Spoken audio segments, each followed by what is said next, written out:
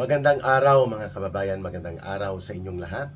Kasama niyo po ngayon si Ka Eric sa isa na namang episode ng Balita at Talakayan. Of course, nagpapasalamat tayo palagi sa start ng ating video sa inyong pagsubaybay, pagtangkilik, pag-like, pag-share at pag-promote ng ating mga videos mula sa Ka Eric Celis YouTube channel at sa Ka Eric Jeff Celis Facebook account. And thank you also sa inyong pagsubaybay at pagtangkilik at suporta sa Bigwas ng Agila. Katandem ko po dyan si Dr. Lorraine Marie Badoy, si Ma'am Lorraine. And of course, doon sa mga nagtatanong how you can give 5 pesos, 1 peso, 2 pesos, 3 pesos, 10 pesos. Maliliit na amount po will matter most from your sincere support sa Bigwas ng Agila, sa Ka Eric Celis channel. At ganoon din po sa Bangon Sambayanan People's Movement. Our line of support and our coordination and GCash line, isa lang po. Through kay Langging, kay Rohilda Celis. Ang numero po na gamit natin, GCash line na rin po ito. 0916-308-7710. 0916-308-7710. So, mga kababayan, kumalat po itong balita sa social media tungkol kay Martin Tambaluslos. Sa mga pang-aabuso at katarantaduhan niya, maliban sa pagiging sangkot na itinuturo ni Saldico at na maraming pang mga witnesses na siya at si Marcos ang mastermind sa malawakan at sistematikong pandarambong at korupsyon. Sa flood control alone, 1.4 trillion pesos po ang nawala.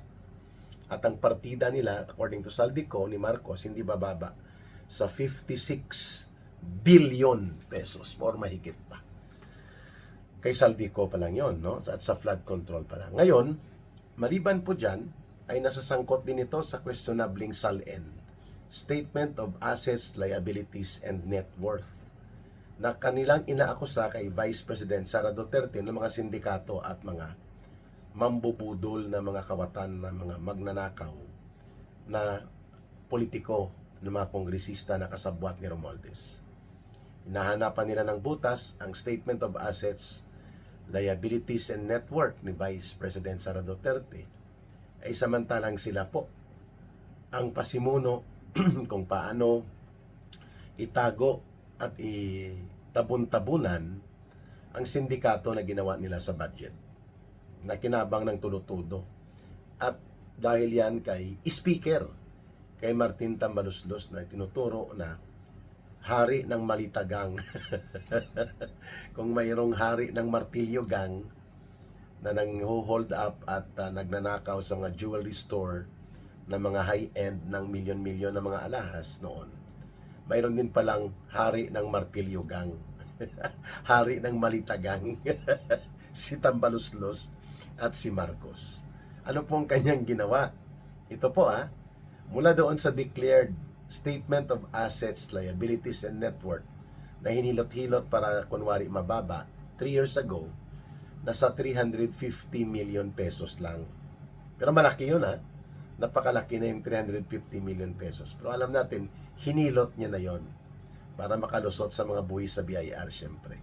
At kunwari hindi siya ganon kayaman, ay biglang sumirit sa 3.4 billion pesos.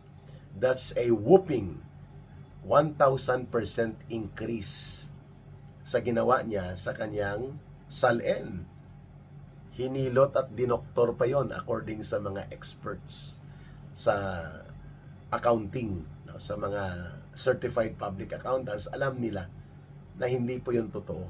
Pero ang tanong, mas mataas pa doon dapat, saan ang galing ang pera mo, Tambaluslos? Paano mo ipaliwanag? Bagamat marami kang mga mining companies na ikaw ang nagmamay-ari, ikaw ang beneficial owner, pati sa media, pero hindi naman siguro kapanipaniwala na doon ang galing ang kinita mo. Di ba? Naging 3.4 billion pesos in 3 years. Ibig sabihin, kumikita si Martin ng 1 billion kada taon. Kung hindi ito sa pagnanakaw at pangungurakot, ideklara mo saan nanggaling yan. Kasi taxable income yan. So saan nanggaling, magkano buwis na binayaran mo? kung bawat taon kumikita ka pala legitimately, according to you, self-made ka. Ikaw ang nagbuo ng sarili mong kayamanan, really. So, magkano ang binayad mo sa buwis in the last 3 years, bawat taon? Sa BIR, kung 3 billion mahigit ang itinaas ng iyong kayamanan, pagamat alam namin na mas mataas pa dyan, dahil involved ka naman talaga sa pangungurakot at pagnanakaw, according to several witnesses, kagaya ng mga pagbabanggit at pagtukoy sa iyo ni Ginoong Saldico, ang tanong ng mga mamamayan, magkano ang buwis na binayaran mo kung gusto mong palabasin na ito ay mula sa pinaghirapan mo, legitimate income. So kung i-average mo, Martin Romualdez earned 1 billion mahigit kada taon in the last 3 years na naupo sila ni Marcos sa kapangyarihan. If that would be your projection, which alam namin sinungaling yan, ipakita mo nga ang iyong tax payment receipts. Magkano binayaran mo kung nag-income ka ng 1 billion, bagamat alam namin sa flood control sindikato operations lamang, 56 billion, sabi ni Saldico, ang na-deliver niya sa iyo at kay Marcos. So kung equally shared yon, sa flood control pa lang ni Saldico na diskarte at racket nyo, sa kasindikatuan sa pagnanakaw sa flood control, na karamihan ginawa nyong ghost flood control projects. May flood control, walang proyekto, may pundo. 4.28 billion kung equally shared yung 56 billion. 1.4 trillion po ang nawala na pundo sa flood control in the 3 years ni Marcos at Romualdez. Doon ba yun galing? Kung doon yun galing, balik mo yun at magpapakulong ka ng voluntaryo. Pero kung hindi, dahil sabi mo, dito sa declared statement of assets, liabilities, and net worth mo, ay hindi ka nagnanakaw, so magkano binayaran mong buwis sa BIR? Di po ba? Hindi ako maniniwala na nagbabayad ka ng 100 million na buwis sa BIR. Ikaw pa, utak ka ng sindikato eh. Kung si Attorney Bing Guanzon pa, Martin Luther. Imbis na Luther ang tawag ni Attorney Bing Guanzon kay Martin Tambaluslos. No? So ngayon, ipaliwanag mo, paano mo balansihin ang tax payments mo versus 3 billion pesos na kinita mo according sa iyo, legitimate income yan. No? Sige nga, ipakita mo ang actual tax payment receipts mo. Dapat kung totoong walang kinikilingan, itong tinatawag ni Attorney Topacio na tuta na ombudsman na si Rimulya, brad yan ni Rimulya sa fraternity na Upsilon sa UP si Romualdez. Kaya hindi totoo po na ang UP rebelde at mga komunista lang at mga terorista ang nanggagaling doon. Doon din po nanggagaling ang mga kawatan at mga gahaman at mga bulok na politiko. Sa UP din po nanggagaling. Kagaya ni Romualdez, nila Rimulya, ng tatay ni Marcos Sr., ni Marcos Jr. na ang diktador ni si Marcos Sr.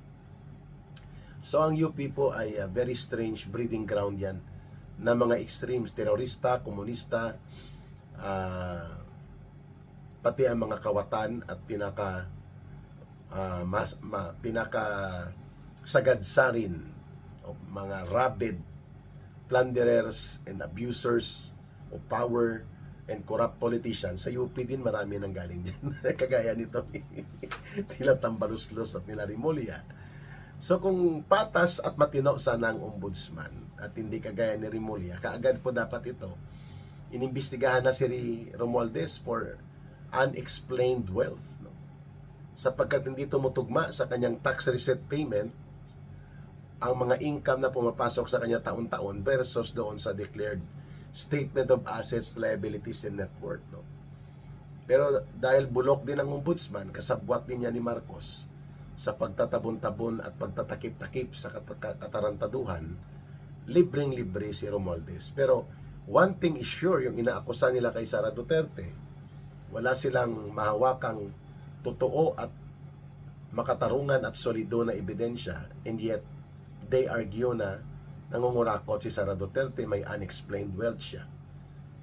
28% lang ang itinaas po ng SALN o Statement of Assets and Liabilities and Net Worth ni Sara Duterte. Kay Martin Tambaluslos, 1,000%.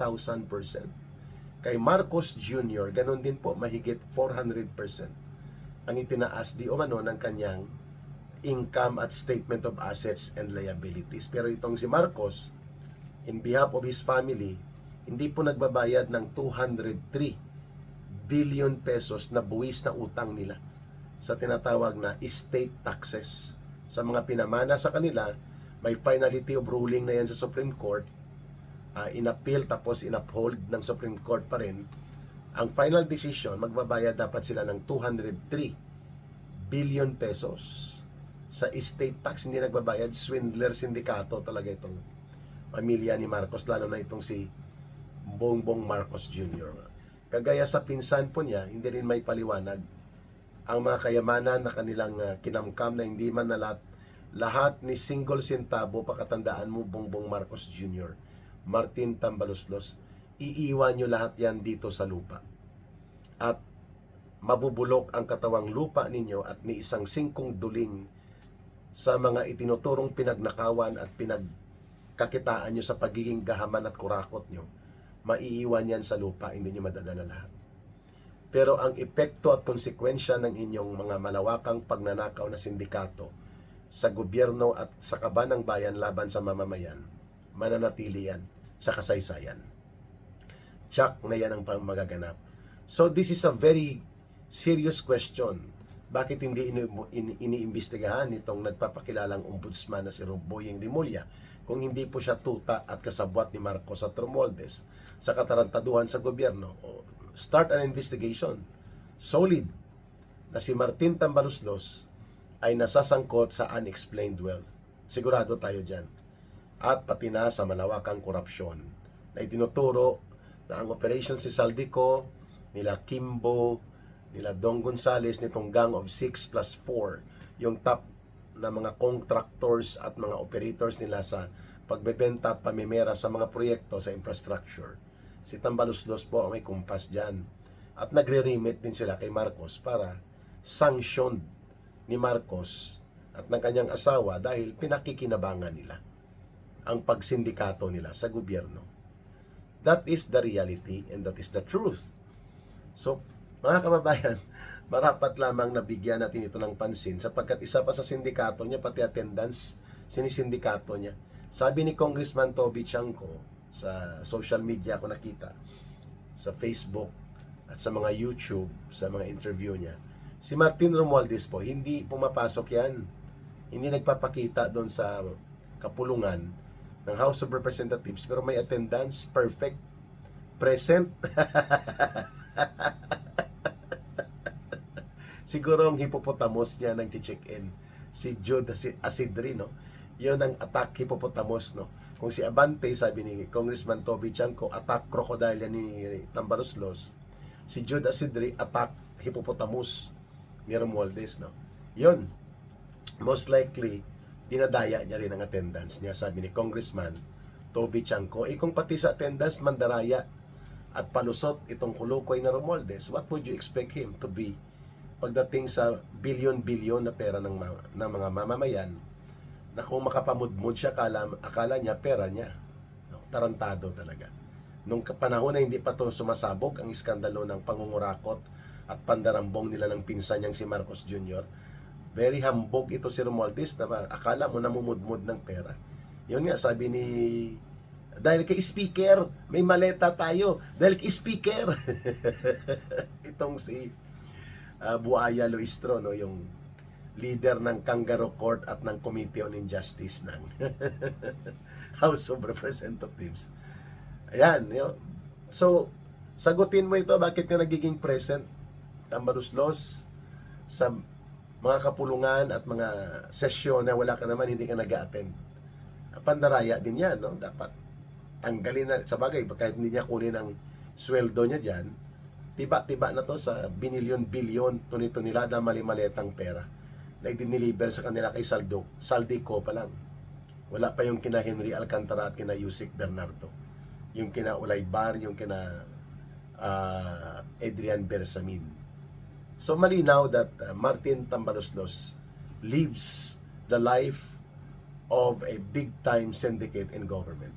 Malaking sindikato ang uri ng pamumuhay ni Romualdez sa gobyerno, the way these things are being revealed now, pandaraya sa salin, hindi may paliwanag ang kayamanan, hindi tumutugma sa tax receipts at sa kanyang income, at ito pang malala, pati ultimo attendance niya, dinadaya niya dyan sa House of Representatives.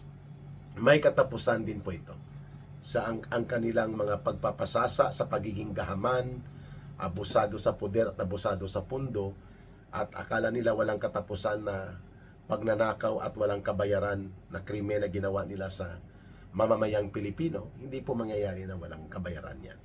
Kaya gustong-gusto ni Martin Tambaloslos at ni Marcos na itulak na pwede pa lang ay mapatanggal at hindi na makakatakbo si Vice President Sara Duterte. Kaya nila pinipilit ang impeachment. Mukhang hindi magko-cooperate ang Senado. Nasa 6 hanggang 7 senador lang yata ang pwede nilang mapilit, masuhulan at mabili para magboto ng conviction against Sara Duterte para makonvict siya sa impeachment court, which they need 16 senators. Malabo. Kaya dyan na lang sila bumabalik sa kangaroo court, ipipresent nila ang polluted criminal witness nila according to Congressman Rufus Rodriguez, no? Itong si Madriaga, and we have received information na sila Romualdez at sila Marcos na rin po nagpag-go signal na i-present na si Madriaga sa April 14 or sa kalagitnaan ng Abril. At siyempre, ang handlers niyan, yung mga mercenaryo o bayaran ng mga operator ni Marcos at Romualdez to attack the Duterte at mag-cover up sa krimen nila Romualdez at Marcos. Sila Trillanes, sila De Lima, sila Hontiveros. Yan po ang mga operator sa likod. At si John B. Crimolia at sila Asedre sa likod nitong polluted, criminally detained or criminally charged as detained itong si Madriaga. Abangan po natin ang kwento ng magic ni Romualdez. Minamagic niya na ang pera ng bayan upang dambungin at durubuhin at kulimbatin, minamagic pa niya. Pati ang attendance niya. May paniningil din at may araw ng paghuhukom at kabayaran at kaparusahan para sa kagaya ni Tambaloslos at nila Marcos Jr. at mga kasabwat nila. Maraming salamat at pakatandaan po natin palagi, mahalin natin ang bansang Pilipinas. Walang ibang magmamahal nito kundi tayo ring mga Pilipino. Para sa Diyos at sa Pilipinas nating mahal. May God bless everyone and may Allah will be with those who are Muslim brothers and sisters. Bye for now. Ito po si Ka Eric. Mabuhay!